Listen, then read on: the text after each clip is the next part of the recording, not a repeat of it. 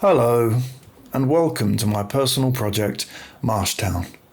If you don't know anything about Marshtown, you can click the card above or the link below in the description to find out more about it. I'd like to invite you into this creative project of mine.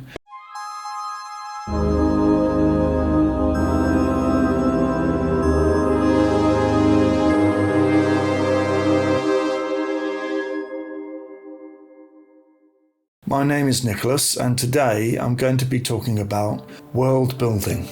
I have this text document behind me here. It's blank at the moment, and I'm going to fill it in as I talk to you about my ideas. The name of the place, as you now know, is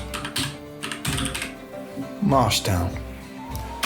And in this document I'm going to write a few rules about the world, where the world is set, the time period, that sort of thing.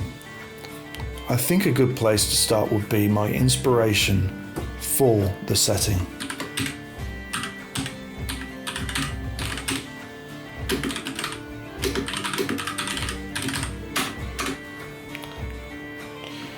Something I've heard said before is to write about what you know. I'd really like to write about my hometown, so it could be based on a real place.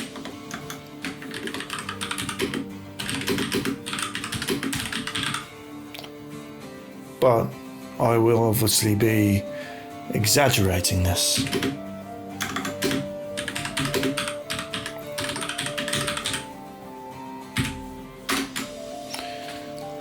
And that was in sort of the southeast of England. So we'll say southeast English countryside.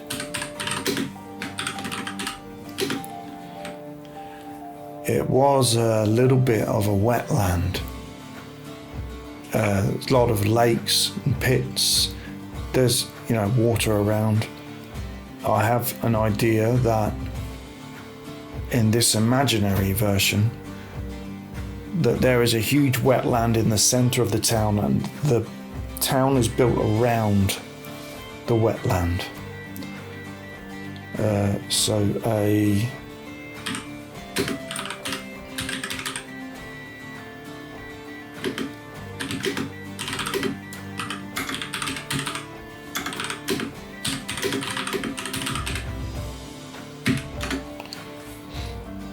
Okay, now I want to think about time period.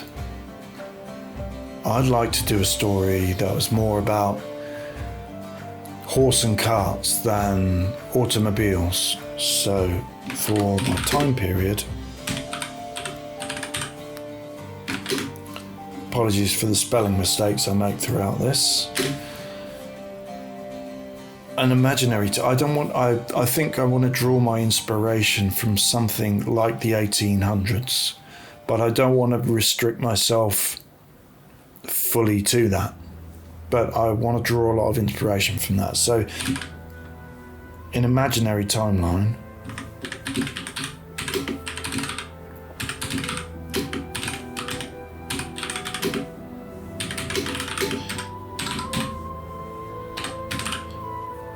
Wow. An imaginary timeline inspired by the 1800s. That, I think, would be a nice place. Okay, so we have a real place based on my hometown in the southeast English countryside with a huge wetland in the center of the town in the 1800s. Inspired by the 1800s. Now I want to talk about the rules of the world. When I talk about rules, I'm thinking about, does magic exist? How realistic is it? Is it, completely fantasy? Is it a place like Narnia, where everything is just totally fantastical and dreamlike? Or does it have a sense of realism but magic exists, like Lord of the Rings, in Lord of the Rings, the houses and places kind of look like places that could exist. But then you have Gandalf, who can do magic. So magic does exist, but I do want some realism. So semi-realistic.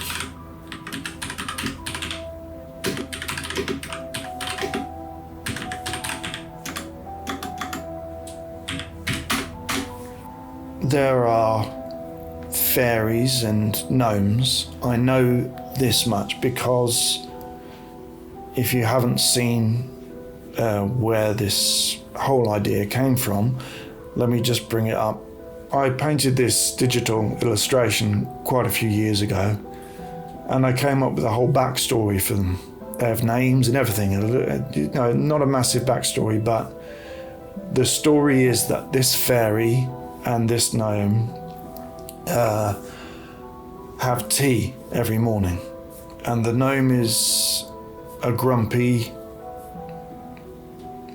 old man that lives alone, doesn't have any friends, and I think the fairy sort of feels a bit sorry for him, so she goes to spend time with him, and they don't talk, they don't have a conversation or anything, they just sit together, and she feels like she's bringing a bit of light to his life, giving him some company for a little while, and he acts like he doesn't want it, but he does. He's lonely, and so he makes nettle tea and pours it into these whatever the things that are on the top, the little hats or lids of the acorns. He uses them as cups or bowls for this nettle tea, and they sit and have tea together every morning. So I know that fairies and gnomes exist in this world. My question is, do humans exist? Yes, they do.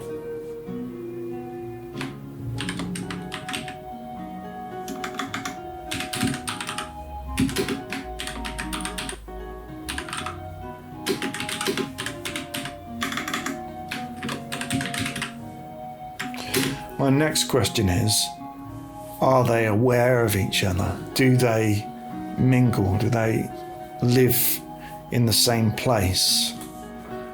And I've been thinking about this, and I was thinking, what was the most interesting answer to that question? And initially I thought that the most interesting answer to this question would be that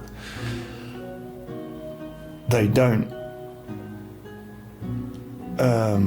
mingle. The fairies and the gnomes can see the humans, but the humans can't see them. And then maybe where a human does see one and everything starts to change. And I thought that was more interesting than them just living together. But then when I thought about it, I thought maybe it's a bit more original though, that they do just mingle.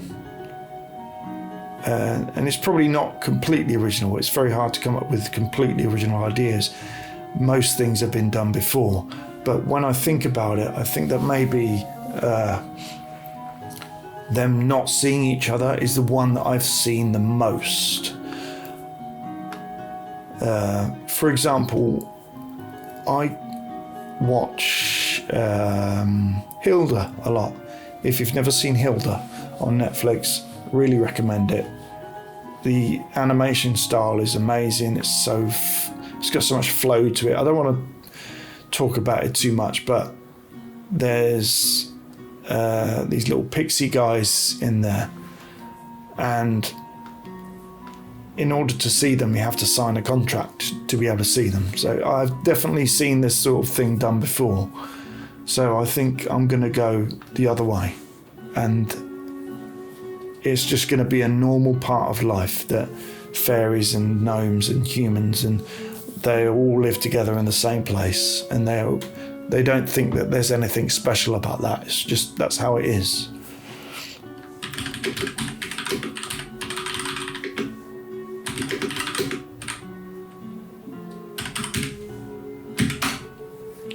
Maybe some humans, they don't like the fairies and the gnomes, and maybe there's some friction there.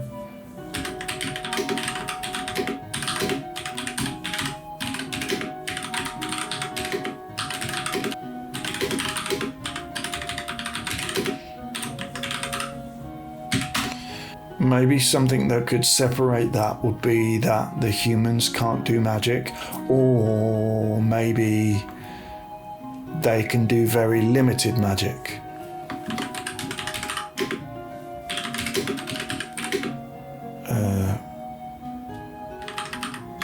Access.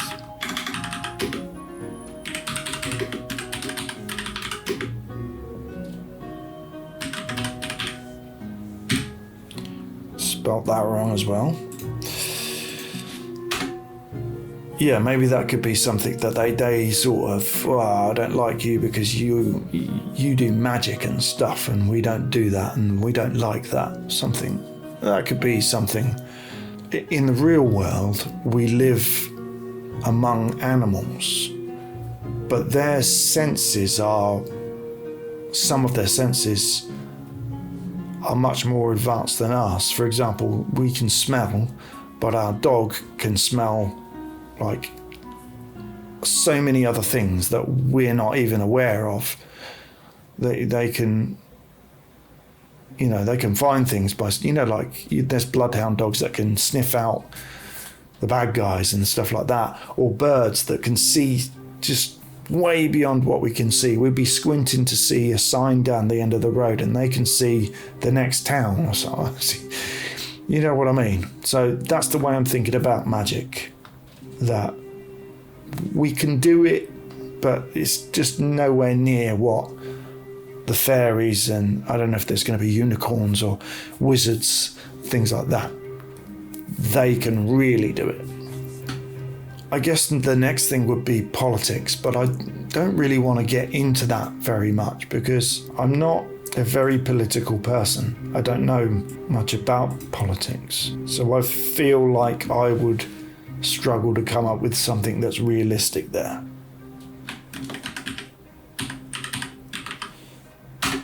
Maybe I could come back to this after a little bit of research and do it a little better than I can right now off the top of my head.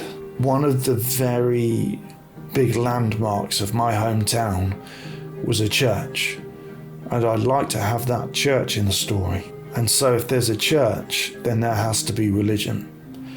And if it's going to look like the church from my hometown, then it's going to be something along the lines of Christianity, just because of the way the church is going to look. I'm going to do a homage to it, but exaggerate it, and maybe I'll make it much taller or huge, like a massive landmark.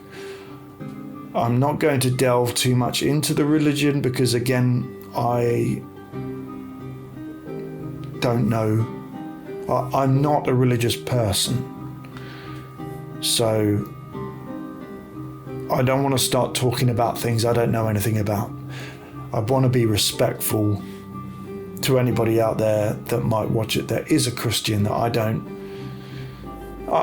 not worried about offending people as such, but I want to be respectful. I don't want to write something with the fear of, oh, what if someone goes on the internet and starts having a little rant?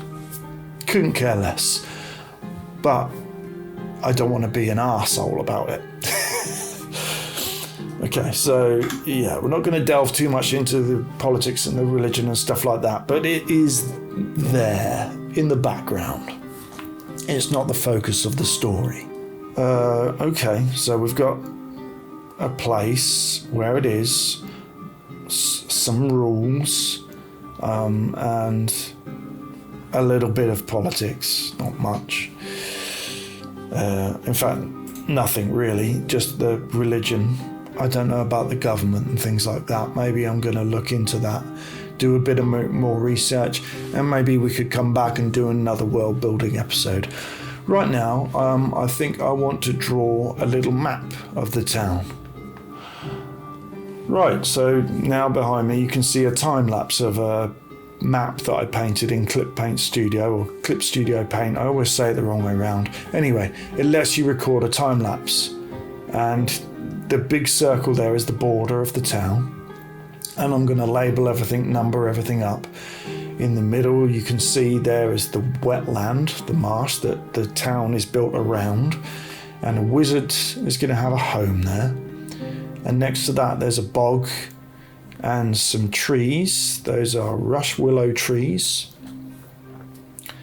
And then there's a great big oak tree, and that is what Ograd builds his home into. And you can see also I even did a height map here. So I had a little look at the way maps work. I think I figured out some setting you could do on Google Maps where you could look at the height of everything. And so that is feet above waterline, I think. Waterline. Now 7 there, that is another little landmark of my town called the Devil's Stone. I'm going to be renaming that the Demon's Stone. A white bridge, which is another landmark, and the church. So those are 3 main features of my hometown that I'm going to be using somehow. And there's a river there. Number 3 is the river that is going to run into a stream that goes under the white bridge. A road, big main road that leads you in and out. Now, having already established that this is horse and cart time, not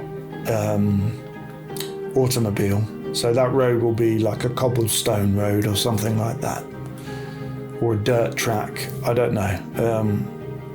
You know, it's not going to be like the A45. Okay, so that's the map of the town. So I think we've made quite a bit of progress there. I've got some rules, where it is, a time period, and a little map of everything. And I'm going to expand on this further. Go back, do a little research, come back to it, make a few more rules. And I don't want a big, thick document of things that I have to keep referencing, but it's good to have a few things set in there, and I think that we've made a good start. So I hope you found this interesting. If you didn't, please let me know. If you did, please let me know.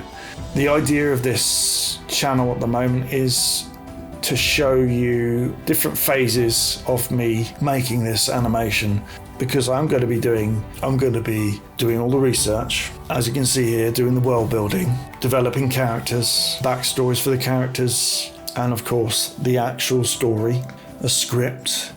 I'm going to find voice actors and record voice acting. I'll probably do a little bit myself, do the storyboards, record the field recordings, so you know, birds cheeping and rivers flowing. I'm going to go out with a microphone on location, and then finally animate everything, and then we're going to take it into a video editor and stitch all the scenes together, create original music for the story. So you're going to see me with a keyboard here, using probably Cakewalk Studio and writing music, and I'm going to share as much as I possibly can with you.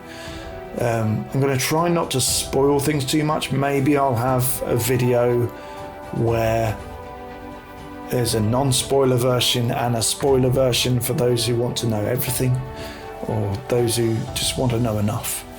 I don't know. I haven't figured that out yet. We're making this up as we go along. Anyway, I really want to share as much as I can, and hope that you enjoy it and find it interesting. Maybe it just be certain parts of it that you find interesting. Anyway, have a great day, and I hope to see you in another video. I can't see you, you can see me. You know what I mean. Bye.